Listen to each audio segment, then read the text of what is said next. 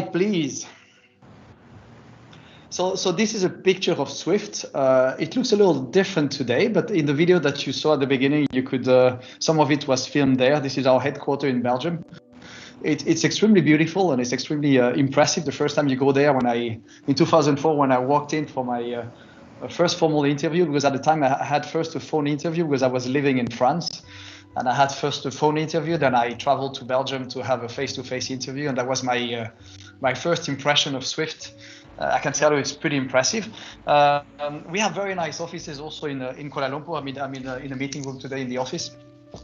But this hallway at Swift is very, very impressive. Now, when I joined Swift a few weeks after, when they offered me a job and I joined Swift, of course, my office wasn't in that building. It was in the next building I did not visit, and it was way smaller and less nicer. But still, I very much love and remember this beautiful atrium that we have at Swift.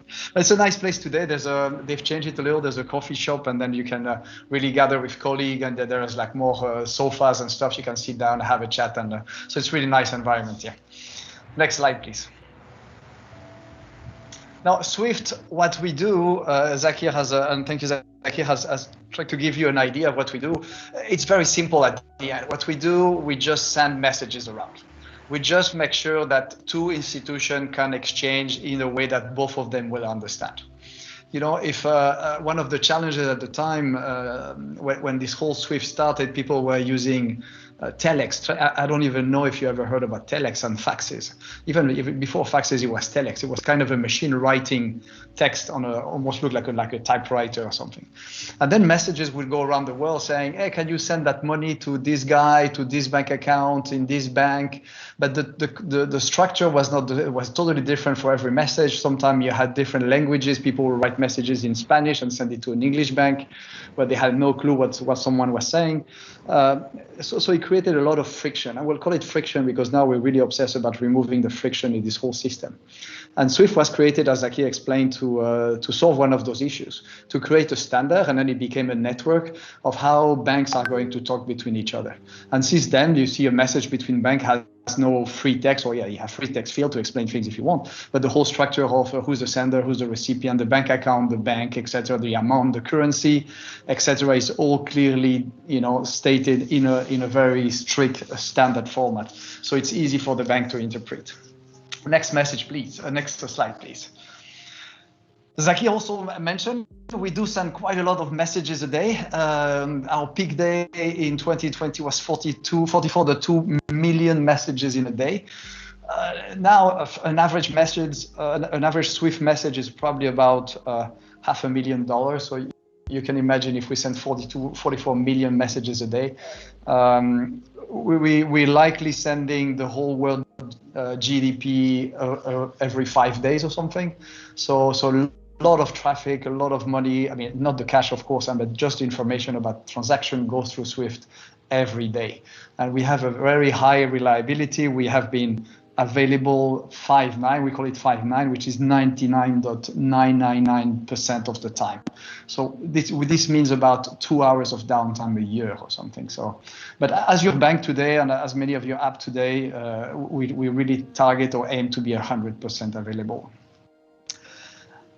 Next slide.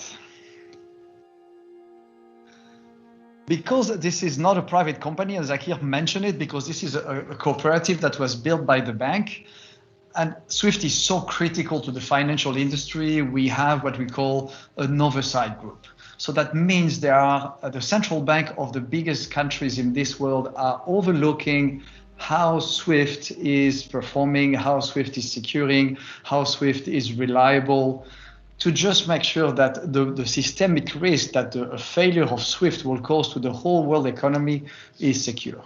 So we do sit down with the National Bank of Belgium and all those other national banks that you see there. They have members that are particularly looking at how Swift is performing today. So this is our oversight group and our governance body. Next slide. Customers, of course, the obvious is banks. But in the financial industry, there are many players and not only banks. So you have a fund manager, you have clearing houses, you have central bank, they all have different, you have stock exchanges, They all have different function in the financial industry, and they are all customers of SWIFT because all of them need to exchange information between themselves. You can go next slide. Now, what do we deliver at SWIFT? We deliver messages, how two banks talk to one to the other. We deliver interfaces, so to be able to send messages over the SWIFT network, you need to have an interface at the bank, so something that will connect from the SWIFT network to your own IT system, and we help you to integrate the SWIFT messages to your IT system. Imagine a bank like Citibank, they probably send, hundred of thousand messages a day. It's all automated and it's all connected to their IT. So when you, from your home bank or your online banking app, you send an international transfer, all this is fully integrated to the SWIFT interface, to the SWIFT network, and being pushed back to the other counterparty.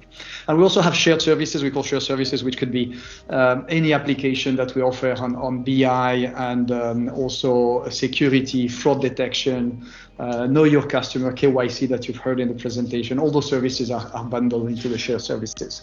So we offer the messaging, we offer how to connect you to the messaging network, and on the side we offer you a lot of services that help you be compliant with sanction, with fraud, and with the requirements, regulation to know your customer, for example. Next slide. This is a really little technical slide. It's just showing how two banks just talk to each other through a very secure VPN to the SWIFT OPC, and then from the SWIFT OPC the messages go back to the bank. But I don't want to go too much into details, although I think all of you are IT or at least a technical background. But if you ever join SWIFT, you'll have time to understand how the whole messaging stack works. Next slide, please. Now, failure is not an option. Today, you see applications like your Facebook or your WhatsApp or your WeChat or whatever, pretty reliable. Although sometimes you have connectivity issues, sometimes it can be slow. Imagine SWIFT have been out there almost for 50 years, and I can tell you the reliability of IT hasn't been always as it is today. So since the beginning, we have this concept that SWIFT is called failure is not an option. It's inspired by a NASA program that was launched at the time of Apollo 13, which was really, you cannot fail. And they were sending people out there in space, and the objective that they had is not to fail and make sure people would come back. So this failure is not an option. And you will see when you join SWIFT, it's really ingrained into our mindset. We can commit mistake. We can, it can happen that we fail, but you have to recover quickly. You have to learn from it, and you have to invest a lot in preventing risk management, ensuring it never happens again. And then you manage your risk, you manage your operational risk, and you plan, you learn, and you prevent. And this cycle goes on and on. Some people say, oh, maybe we are too risk averse, not taking enough risk. The whole financial industry is depending on what we do. We cannot sometimes afford just to go wrong. Next slide, please. So this is just a little drawing, but it's just to give you an idea how banks connect to each other. So if you have a bank, maybe a local Malaysian bank that wants to send money to some Belgian bank, maybe they don't have a direct connection between them. So what you see in this diagram, that they will probably jump into account first, maybe a central bank on their side, their main bank. From that main bank, they will jump to Malaysian central bank, and the central bank will connect to the SWIFT network to a European central bank, and the European central bank will then connect to the rest of the bank in Belgium. The big banks, of course, have direct connection between them, but the idea is not that every single bank can connect to every single bank. It's just that through the network, through the different hub, we can interconnect two banks together. And this has been working pretty well for many years, and we call it the hop. It depends how many hop a message can take to go from one bank to the other. So how many intermediary or correspondent bank you would have in the middle. But this kind of network structure has allowed to take any bank in the world almost and make sure they can send money to another bank in the world through different hops and different hubs. Next slide. Swift GPI, that was mentioned in one of our initial slides. So this is the banking industry. Banking industry has been there for many years. They haven't been challenged. If I remember in the past, it could take up to 5 days, 6 days, Maybe you don't even know how long it would take for you to send money from one side to the other. I don't see the slides anymore. It's not okay. Sometimes you wouldn't even know how long it would take to send money from one side to the other. It's just because how the bank disconnected just now. Okay, super. It's just how the banks are implementing the SWIFT network. I mean, SWIFT doesn't hold messages. We send messages in milliseconds. We don't hold messages. It's just the bank for different reasons. It could be regulation. It could be fraud detection. It could be that they're just a holiday in that country, in that bank. It could be that that they have an IT issue. So it could be for many reasons that your transfer, your international transfer is stuck somewhere. A few years ago, we launched GPI. GPI is the Global Payment Innovation, which aims to understand what are the friction in the system and how can we ensure that the payment that is sent from the Malaysian bank on the Friday afternoon can be credited at the bank probably in the next 30 minutes. That would be ideal. In the worst case, just after the weekend, and not be waiting 4, 5, 6 days without understanding where your payment is, and also not understanding how much you're going to pay in fees. Now we have developed GPI. We're offering the bank a full end-to-end view of the message. Where is it, to which correspondent bank, and any local indication, for example, that this is a public holiday in that country, is in that interface. It's exactly like when you send your, a package through Lazada or Shopee. You can follow through your package. Here with SWIFT, the banks can follow through their messages. The money they have sent around can be tracked anywhere, anytime, and they know where the message is at which bank. So they can even, if needed, reach out for the bank, that intermediary bank, and say, what's happening with my payment? Why are you not releasing it? Is there any issue? And then they can really smooth our payment. With that initiative, we have managed to drastically reduce the time to send messages. Now, today, about 50% of our messages go below 30 minutes, which was a huge achievement. And I'm talking here international, sometime in between very remote countries. It has been a huge achievement compared to what we had probably 10 years ago. So that's the GPI initiative. And the next step we're working on is to continue removing friction in the system. There are still friction. And to give you a concrete example, I log into my online banking in Belgium. I do decide to send a certain amount of money to my Malaysian bank. I do the transfer, everything, my banks validate, message being sent through. Last time I did it, it took half a day. I was super happy. Then 1 day, 2 days, 3 days, and I don't know where my money is. Then suddenly I get a message back from my bank saying that the bank account to which I'm sending the money doesn't exist. And this is friction in the system. Okay, it's my typo, it's my mistake. Luckily, I did a typo which didn't end up in anybody else's bank account, but I did a typo, so my transfer didn't go through. But it took some days. Why? Because the bank is sending the message to all the intermediary banks until it reaches the Malaysian bank, which says, I don't know this bank account, because we don't have a bank account like this. And then they just take the message, they send it back and saying bank account doesn't exist. And the message travels all the way back through different intermediaries until it reaches back my bank, which probably has someone that is looking at it and saying why this transfer was rejected, until they push a message to my online banking and they say your message was rejected, your transfer was rejected, but you still owe us the fees, and this is your money, we're giving you back after a couple of days, you have your money back. Huge friction in the system. I waited a week and my payment didn't go through. Ideally, at the moment I send my message, there should be a quick communication with the Malaysian bank saying, do you know this bank account? Is this the correct bank account? Even before we start sending the money all over the world. And if we manage to do that at an international level, we manage to remove a lot of friction on the system. And this is key for the world to move faster. We need to remove friction in the system. You'll be surprised, about 5% of the messages, of the big banking messages, have an issue at the end. Either it's a typo, either it's blocked because of fraud detection, it's blocked because of any other reason that the bank may have. We want to remove all that friction, and we want payment to be almost instantaneous anywhere in the world. And here we're talking about big payment. We do small payment as well, but we're talking about big payment. When a company is sending a ship with container on it and wants to make a multi-million-dollar payment, he doesn't want the payment to take a week to come back and say, sorry, the bank account was wrong. Next slide.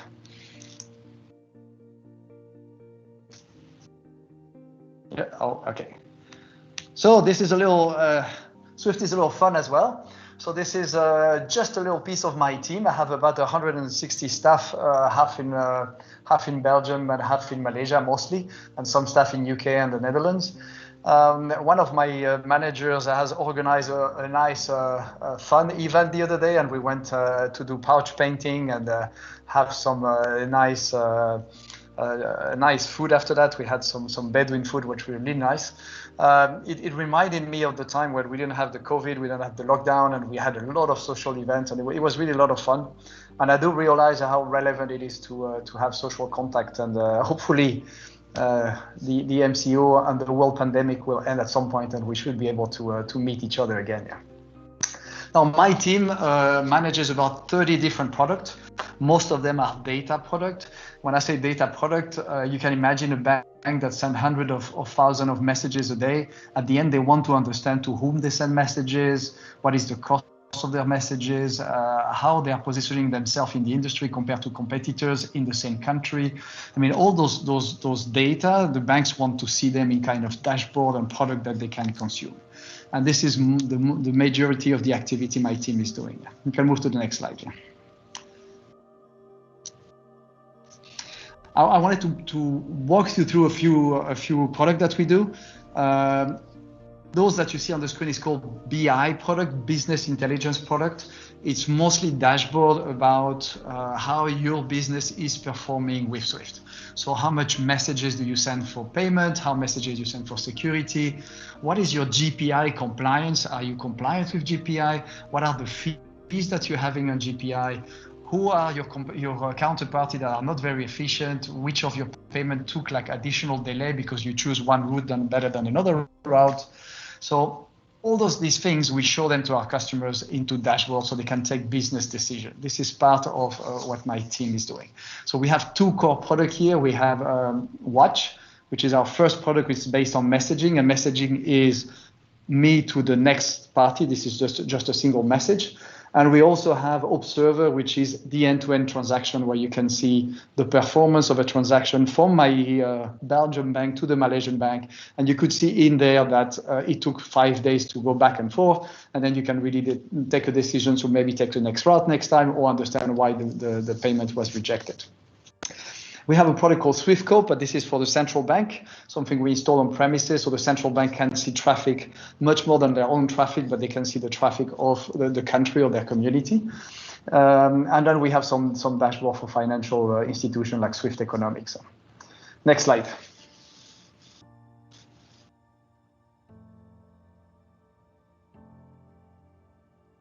I don't see the slide moving. Slide right now. Okay, good. Okay, just the previous one, and now you move to slide. Okay, this one, it shows you, for example, a traffic. It shows you your percentage. You see 1.35% on one side and 1.72%. This is a demo bank, and this is, for example, the percentage of the traffic that they have compared to the whole Swift. Today, that bank has a 1.35% of the traffic, and they've been growing their share. In that case, well, they've been reducing their share slightly, but they've been growing their share in terms of how much money they send. So they send 1.72% of the money that is being sent over Swift. So the bank can know, oh, I'm growing in terms of the volume I'm sending through Swift. So as a bank, which is positive for a bank because I'm growing as a player in the market. The next slide is another dashboard that we deliver to our customers. It's a little more complex, but it shows how money flows from one country to other country. So on the left, you have 3 countries that we have taken. I think it's Malaysia. Let me see, because I don't see the slides. Okay, Malaysia, Singapore, and Indonesia. And we can see how the money, for example, if you want to go from Malaysia, which is the big yellow block on the left, if you want to go to China, for example, you will see that most of the traffic will go through the US and then to China. You can be pretty weird. You say, why do I have to go through the US to go to China? Probably it's payment in USD. But all the tools that we give the bank, is enabling them to understand why is that payment going through the US, for example, when they want to reach China, why do they have a shorter way to go? And we have multiple, if you go to the next slide, there's another example. We have multiple very graphical, very nice dashboards for our customer to use and understand how they are using Swift and what they can do better here.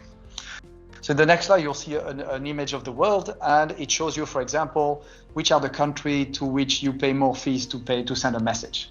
So if you see there's probably it's Colombia in South America, then you have a couple of countries in Africa, you have a couple of countries in Northern Europe, and those are the darker one are the expensive country where you pay more fees when you send messages to. So a bank can understand quickly that those are the country he needs to look at to see how he can reduce his fees and maybe establish better counterparty relationship to pay less for his transfer of messages. When you send a few $100, it's okay. You're gonna pay $5-6. It's totally okay. When you send a few million, you're more interested in the fees that you're gonna pay. Don't worry, I'm not sending a few million myself, but I understand that big institutions do. You can go to the next slide.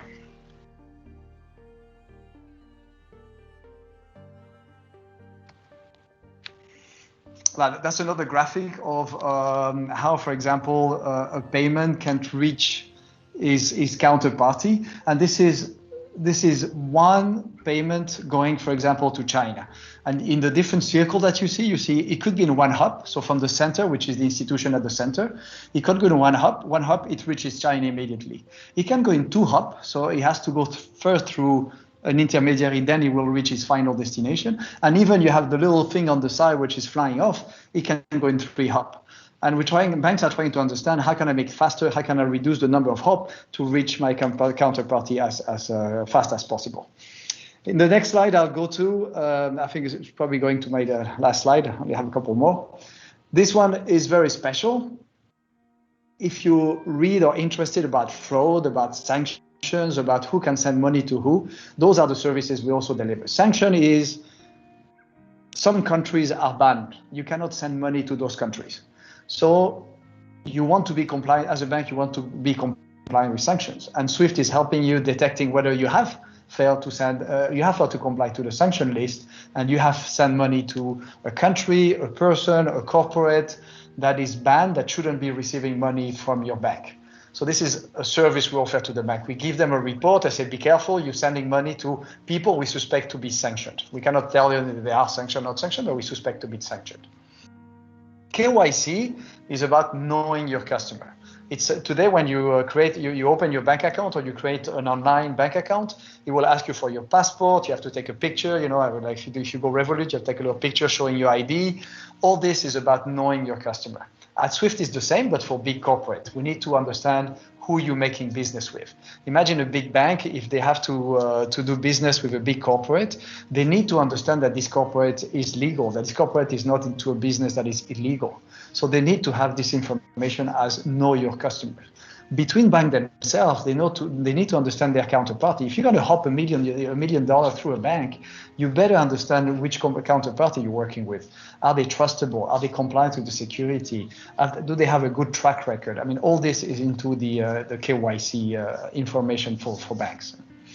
And the last one, which is a very interesting topic, is about anti-money laundering. So making sure that the money that we're running through Swift is not contributing to money laundering activity, but also fraud. Is a bank being hacked, and is a bank being, its Swift interface is being hacked at the bank, and some transfer that are going through Swift are actually transfer that should not happen. And we have in there we are implementing artificial intelligence and machine learning to detect deviation for what a normal traffic is. If your bank is never sending money to Belgium, why suddenly are they sending millions of euros to Belgium? And we had a case a few years in the past, 6-7 years ago. A central bank in the country was on the newspaper. There was an organized hack that took 1.5 years to implement, and they were planning to take away $1.5 billion. They did not succeed, luckily, but this is the kind of fraud that you are being faced when you are a bank. So we're implementing product to help the bank detect whether there is a potential fraud happening on their side. You can move on.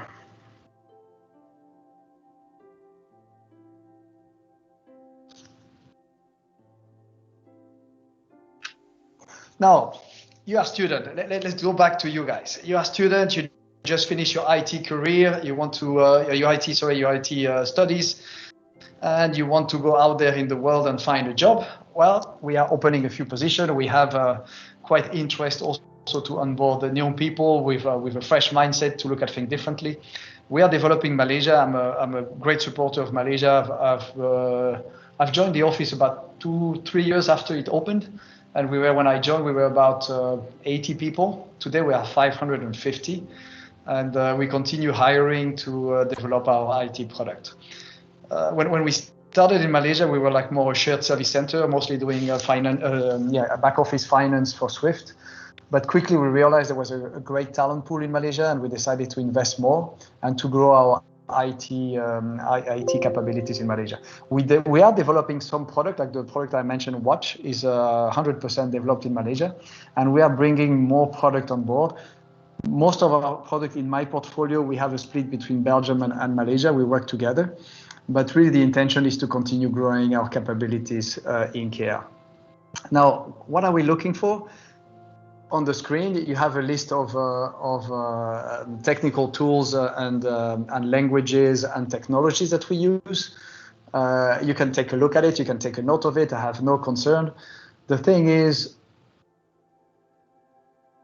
if you don't have the knowledge in that technology, of course, it's better if I'm looking for an Oracle developer. It's better if you are one. It's better if you have a good knowledge of PL SQL.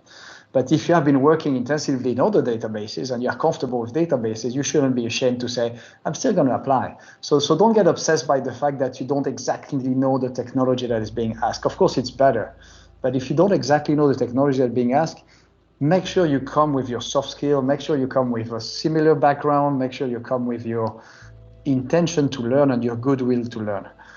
At the end, when we hire someone, we believe that we can train him in about anything. If it's on the technology side, it's much more difficult to fix soft skills. So your soft skills are really, really important for us. If you're going to stay at Swift 2, 3, 5, 10 years, you'll go through different technology, you'll learn different platform, you'll learn different languages, you will even learn how Swift works. You have no idea, and I'm not expecting you when you join Swift to know how Swift works. But your soft skills, are you a talent? Are you committed? Are you hardworking? Are you professional, meaning that you are organized, you are structured, you are respectful, and you are open? And we really have an open mindset at Swift. We really like to give feedback, to share feedback. All those are the soft skills that we are looking for. So IT background, of course, but don't be obsessed because you don't have the exact technology we're looking for. We're really looking for talent. We're looking for young professionals, and we will support them if they show that they have goodwill and the talent. We will support them through their careers. Voilà, that's it for me. I've been surviving about 17 years at Swift. I'm very proud to be part of this company, and I'm looking forward to have some interview with some of you. I know it's hard to be a student, and suddenly they say, I have to go into the world of corporate and find a job. But there are many companies out there that are really good. Just find your way and enjoy your career. And too bad I cannot see you face to face. I'm like talking to my phone in a meeting room. It's a little sad, but okay. Next time will be. Thank you very much. All right, thank you, Vincent. Students, hope that this will be an eye-opening sharing to all of you. Lastly, we have Ms. Logawani, the System and Management Application and Support Specialist. She is one of our Global Graduate Program member, and she is here to share her life and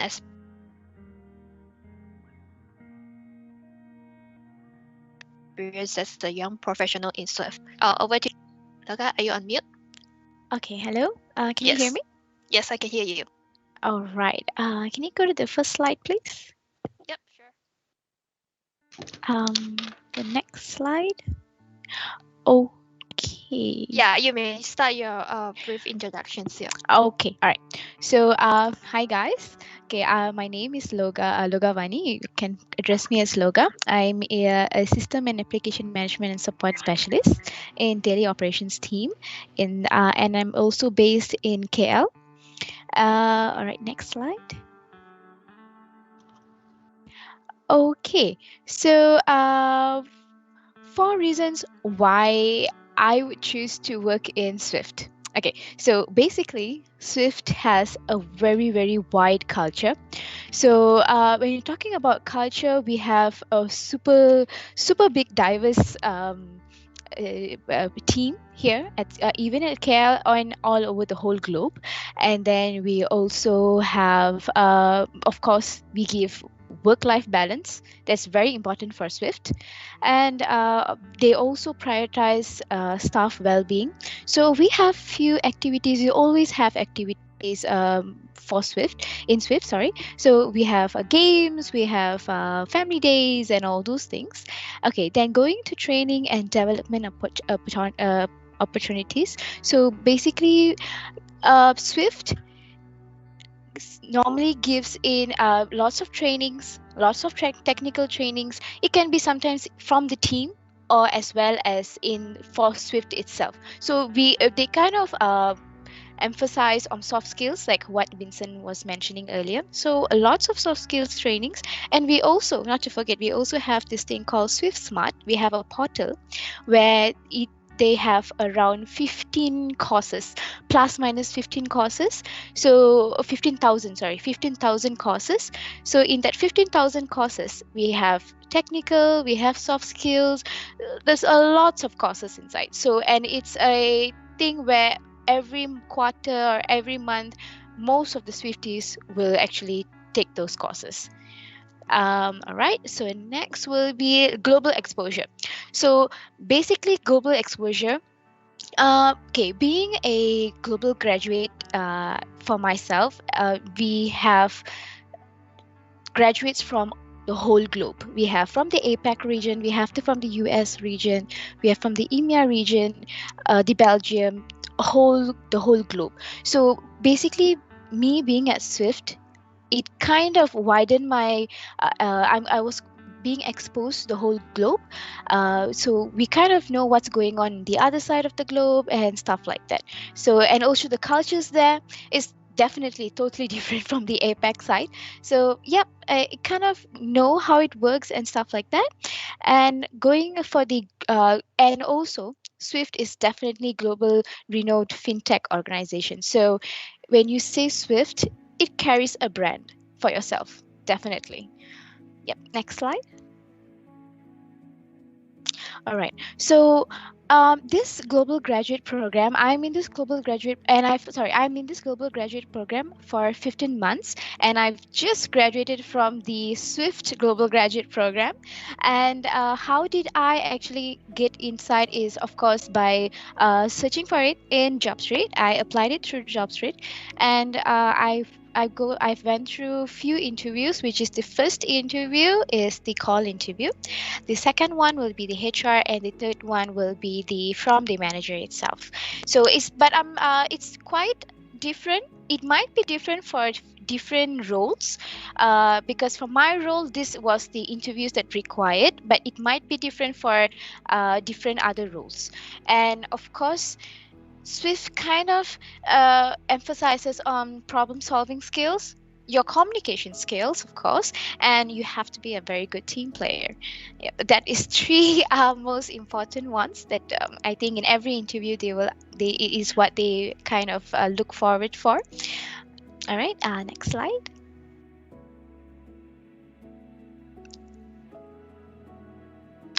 Okay, so for myself, okay, before that, I would like to say that I've graduated bachelor degree in computer science, software engineering in Uni 10.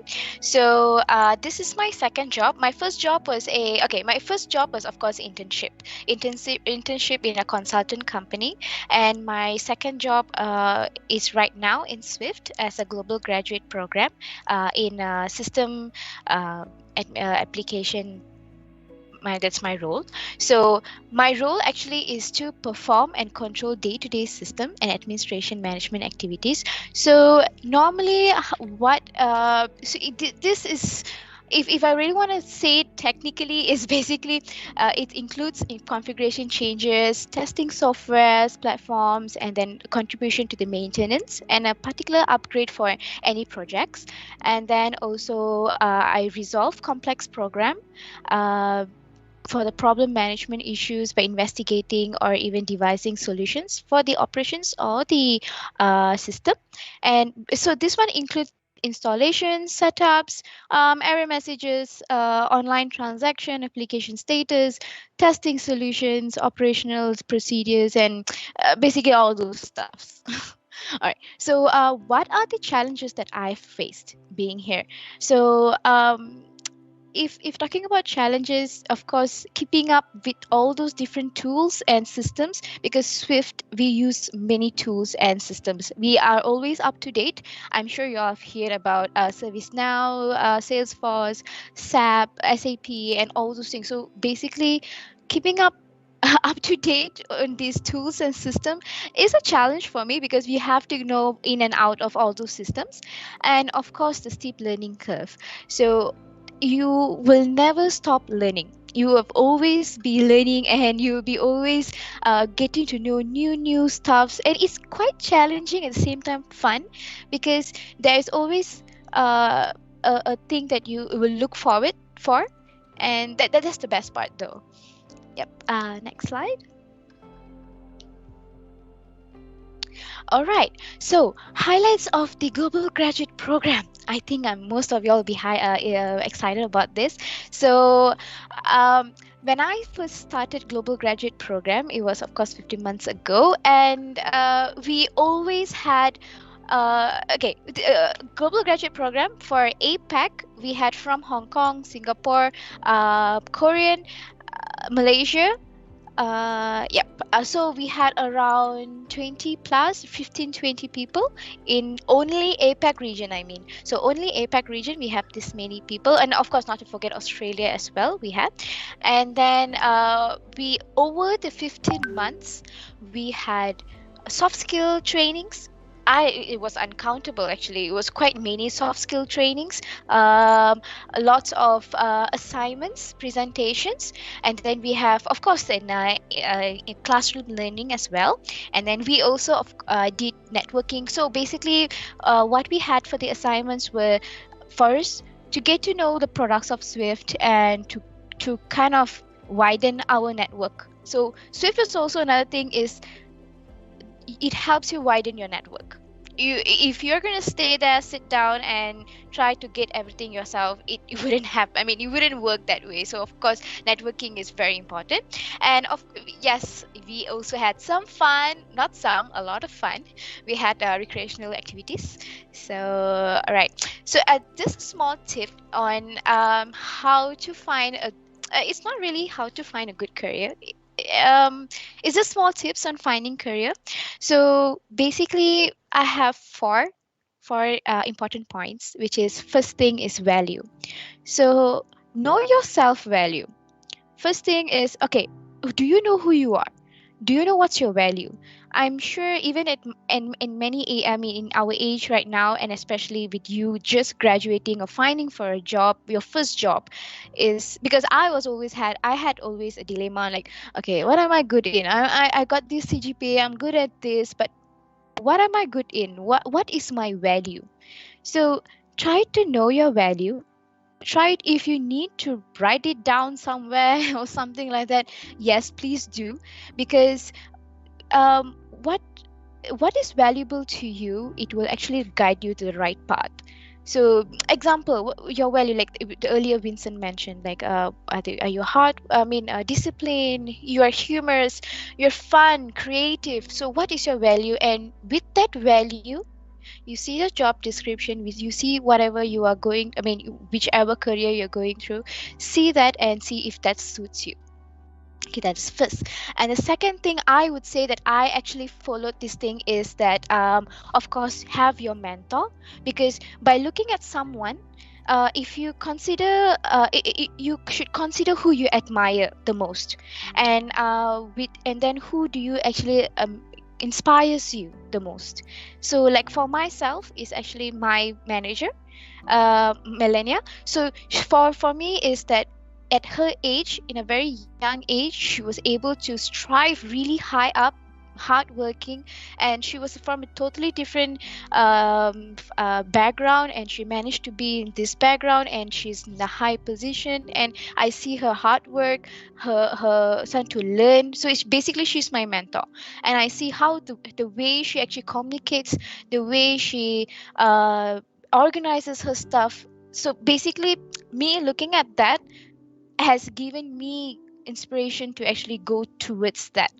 So yeah, see, know your mentors, and of course keep yourself organized. So right now, being at university, we have theses, your term papers, your resumes, your research, your reports, your how to say skill certificates. All that, please keep it safely somewhere in a file or something like that, because they're really important when you're finding a job.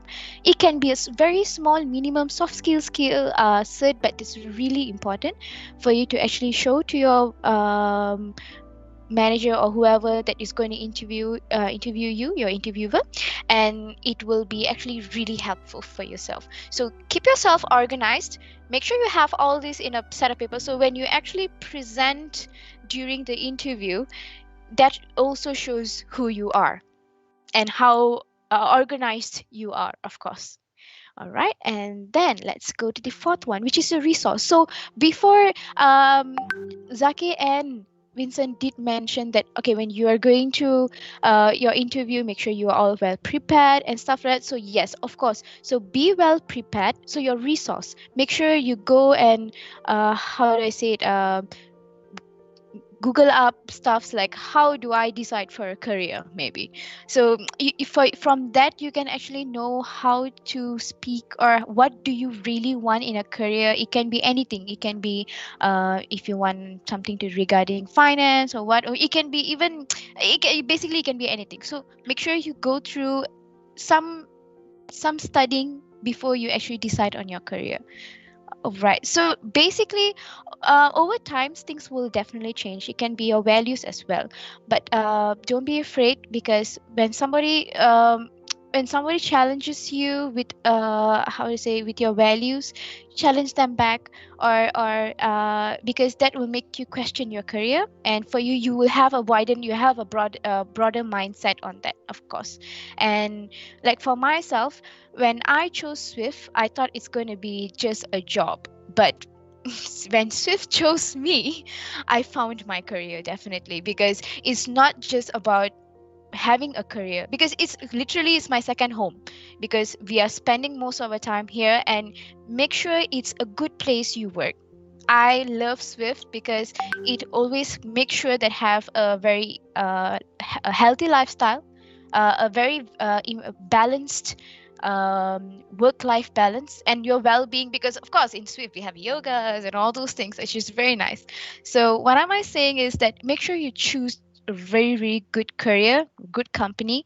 And before joining Global Graduate Program, I was not this confident. If someone is going to say, hey, can you go and talk about some career stuff here, I'm like, okay, do I have to do it? Why me? But trust me, after this whole thing being at Swift and past, I think it's around more than a year plus, and with all those trainings that Swift has given me, it can be from the team or from my global graduate, I have gained a lots of confidence and of course a lots of knowledge, and you can see yourself growing, because Swift never stops you from growing, never stops you from learning. They always push you to learn something new. That's the best thing. So I have a small video clip to show you all, so I hope you love it. Mai-chan, can you please play the video? Yeah, sure. I'm All right. playing it right now. Thank you.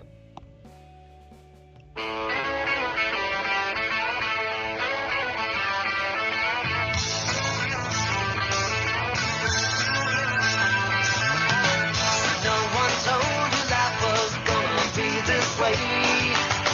Your job's a joke, you broke. Your love life's the away. It's like you're always stuck in second gear. When it hasn't been your day, your week, your month, or even your year. But I'll be there for you. When the rain starts to fall, I'll be there for you. When you feel it,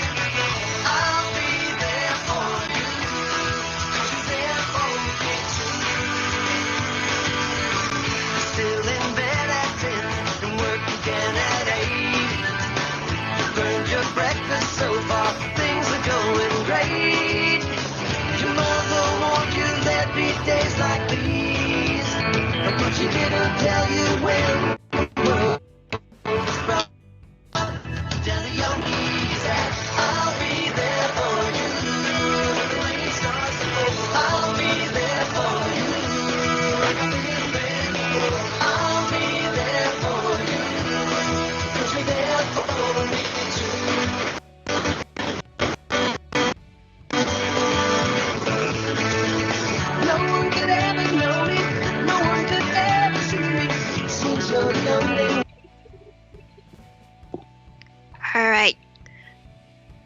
That's all. Thanks, Loga. Thank you. And let's start with the Q&A sections. Yeah, any questions from the floor? Yeah, you may feel free to unmute yourself and ask questions.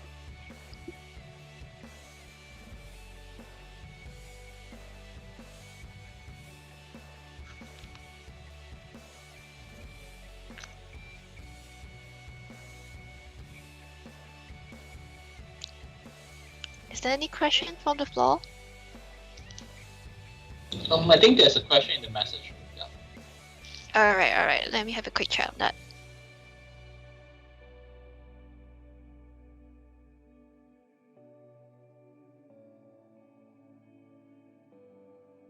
Okay, here is a question from the students.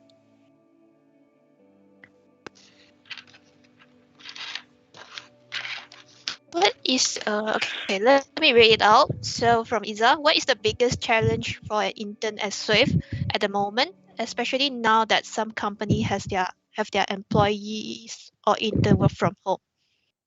Zakir, would you like to take up the questions? Yeah, sure. So Swift is a very employee-oriented company.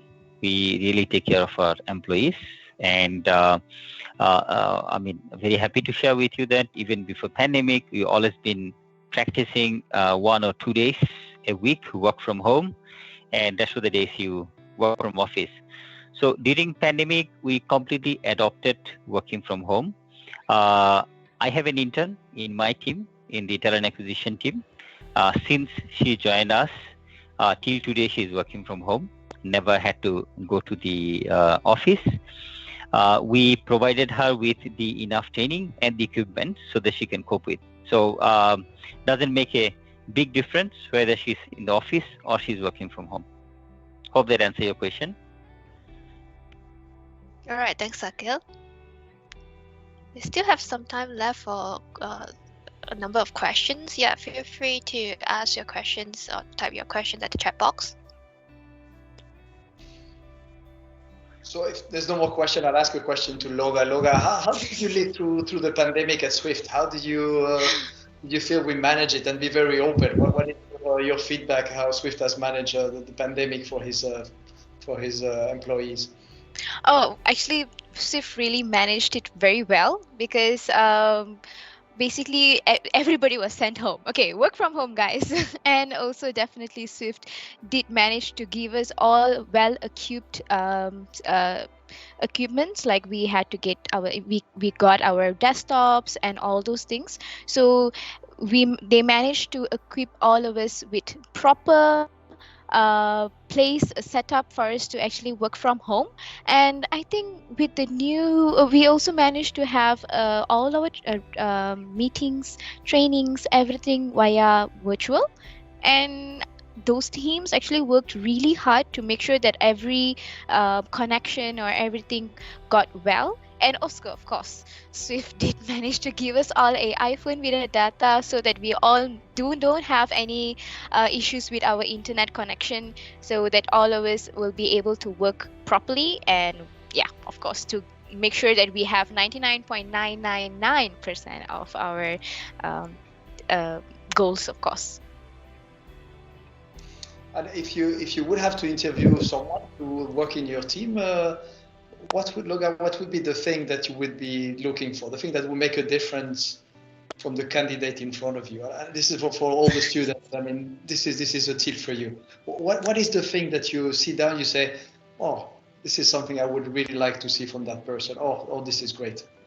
Of course, a new mind and something very creative, something, because right now everybody is going into automation. So something that out of the box, some ideas that is of course out of the box, and a new mind, because young minds have of course slightly they have good ideas as well. So of course that good team players, definitely, and someone fun. Of course, because we look for all those things, those qualities. Because by you being very, I don't know, looking at our culture, we are always fun, and because with that, we can get good creative minds. So, did I answer your question, Vincent?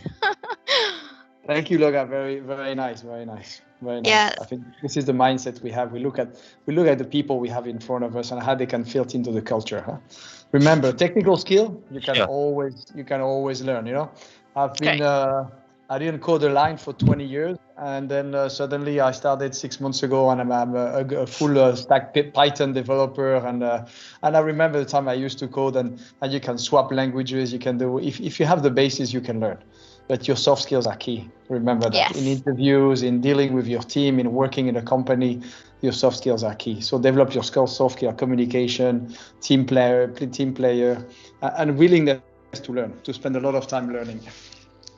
All right. Thanks, Vincent. Thanks, Loga. So we have some questions from the floor. The first question from Wei Jing will be, can I know what are the available job scope for intern at Swift? Hi everyone. I would like to highlight that please don't consider intern as a job. Intern is not a job actually. This is part of your education curriculum. If your degree program requires you to do an intern in order to complete your course, then you need to do intern. So internship is not a job, it's basically a part of your course. Now in Swift, we offer 6 months intern. We do not have any specific schedule for intern like some of the European countries. They have like summer intern. We don't have that. We hire intern, or we give intern opportunity to students based on the business need in particular time. Now, if you ask in which functions they basically hire or take interns, I'll say all the IT functions, accounting, finance functions, business development functions, even HR function as well. I hope that answers your question. All right, thanks, Zakir. And followed by another questions here from Sophia. Since some interviews are done through video call right now, what if you already make sure everything is okay and prepare for the call, but then in the middle of it, technical problems happen, like connections problem or mic problem, then will the interview be on hold and continue at a different time? Or it will be scheduled, but you have to start all over from the beginning? So let me tell you right now, come on, if you fail in the middle of the interview and your connection gets shut down, we will never talk to you again, ever again. Ever. I mean, come on, what is this? What do you think we're doing all day? No, I'm kidding. Come on, guys. This is, we're a people-oriented company. Things can happen. I was having an interview the other day, and this young lady, she was having so much issue with a young kid of 5 years old. I know your recommendation is not to have it in the room where you're having your interview, but she probably had no other way out. And this kid was coming back to her mom and coming back to his mom and coming back. She didn't know how to manage. Somebody stop and say, you know what? Take 10 minutes, deal with your son, do what you have to do, and we'll continue. And this is what we did. I hope that answers your question, Sophia. So the next question will be from Mahan. May I know the requirements someone must have to intern at Swift? Yeah. Vincent, would you like to take up the requirements that if someone want to intern at Swift? Requirements to be an intern at Swift? Okay, me as Zakir, that's fine. Look, you need to have, it's not in like 20 years ago where you could come and do internship and do photocopies or something. So you have to have some IT skills that can be useful. But even some if you look at IT, on the other hand, we know that internship is, you're looking for you to deliver a product in 6 months. So we'll be very open to support you, to help you, but you have to want it. You have to want it to say, look, I know some of this. I'll be interested to quickly learn the language. I'm willing to spend time. I'm willing to invest. And then you learn how to work in a team, how to contribute with colleagues, how to professionally develop software. With software repository, with testing, we don't develop software like this, and we have a whole cycle, and you will learn. It will be a chance for you to enhance your cursus and your career. English is one thing. You need to be proficient in English. We do speak English all the time. Even me, I'm French, had to become proficient in English, imagine. Good one. That's a good one. Yeah. So next question would be, have any advice on how to ace in the phone interview sections? Yeah, I believe like Zakir, would you like to take up? And Vincent? Yeah, I believe I have given enough tips actually on how you can be successful in a phone interview. I can summarize that for you. I think preparation is very, very important to make to represent yourself as a positive person, or to show that how keen you are to learn. So make a good preparation about the organization. Study the job description that you apply to. Know about the interviewer. Do a gap analysis about on the job that you applied for, and what are the skills that you have and where you need to catch up. If you can make that analysis, that really makes a very positive impact. And the basic things that I have mentioned, that dress well, make sure that your phone connectivity, internet connectivity is good, make sure that you are in a quiet place to take the call, be well prepared, know what you have presented on your resume. For the fresh graduates, most of the time hiring manager asks you questions from your CV itself. They ask you to talk about your course, the course that you have studied. I mean, I have in my 15 years of recruitment career, I have seen a lot of students with very good CGPA to get fully shut down or stuck, that they don't know what to talk about their course. So I think when you completed a 3-year course or 4-year course, definitely should be able to talk at least for 3 to 4 minutes about the course. So do that type of practices. Know about your final year project. So those are the things, and always try to know what is the current affair. For example, if you're a finance student, you should know what are the big issues, financial things in the world, or in general, what are the big things. Now, if someone is asking you, tell me your understanding about the current global situation, at least the COVID-19 situation should be the first thing on your mind. So this is how you can prepare yourself. All right, thanks, Zakir. Vincent, anything to add on? Yeah, I have an example. Well, first you need to be ready to have examples. As Zakir said, you need to know what you have done in your career, and you need to be able to speak about your project, to almost sell me your project. You have to think of me as almost as a venture capitalist, that I'm going to put money into your project. I'm not going to put money in your project, but I'm going to put money into you. So you have to in some way sell me that you can do something that is worth it. So you have to be pretty comfortable with your project. Of course, you have to explain what you've studied, and make sure you explain it simply. Haven't studied in Malaysia, so maybe it's not exactly the same as we do in Europe or in South America. So be clear when you explain, different subject that you had and which one did you prefer. But be really ready to talk about a project, something you have delivered, and how you did some teamwork or something. You need to know a little about the industry, so look a little around payment, what's happening in payment in general. But okay, this is not mandatory. But if there are things, I just remember now I had an interview with someone. It was a job about DevOps. You learn what DevOps is, but he had the technical background, but he was not an expert in DevOps, even not an expert at all in DevOps. But in the interview, he said, "Look, I'm not an expert. I don't have experience in DevOps. I've never worked in a DevOps environment, but I'm an IT guy. I come from IT. I did development. I did this. But now this is what I read about DevOps, and I really like DevOps because of this.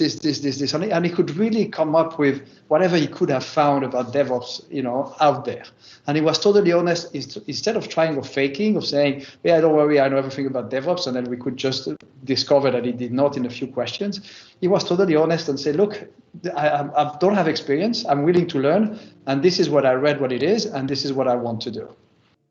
So don't be shy of saying, "I don't know." Just say, "I don't know, but I have a huge interest," and show me your interest. Show me your interest. Do something to show me your interest. Okay. Something to add on. Yes, so, please. of course, by even though if it's in the phone as well, I think storytelling is very important. So make sure it's all properly well organized as well. The storytelling, don't go from jumping from one corner to another corner. Even your projects, how did it start? Yeah, I think the storytelling is also very important. And of course, the tone of your voice, not too pitchy, not too mellow. So yeah, it should be just nice and stuff like that. Yeah, that's the thing. All right, thanks. And be yourself. Be yourself. If you're not Correct. yourself, we will quickly discover that you're not yourself. Yes. Okay. And we are receiving some questions as well from Nakiuddin. So, as someone who came into computer science without prior knowledge in the field, he graduated from a pre-U program in health sciences. How much does your company value a willing to learn attitude over experience in using certain tools?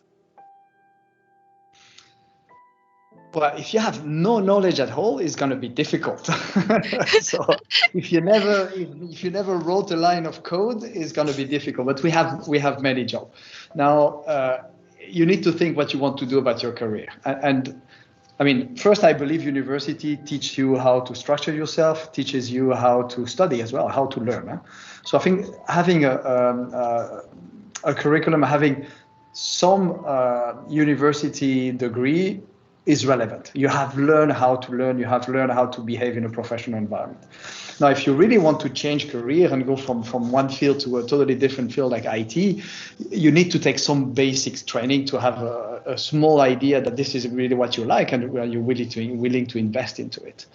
Now, there are different entry levels. You can start with a very basic work as a support analyst. You can also do some slowly learn how to be a support engineer, where you will do more like maintenance and cover shift or something until you can evolve into developing skills, into dashboarding. But you can also come in the world of IT into product management, for example. Product management, most of them have no clue about coding. They know about customers. They know about requirements. They know about, how to connect IT with the real world. So there are many opportunities. If you have strong soft skills and you're really willing to learn, and you have also taken some courses yourself to have the minimum knowledge, look at the opportunities we have and ask. Even for an internship or something simple to start with, just ask.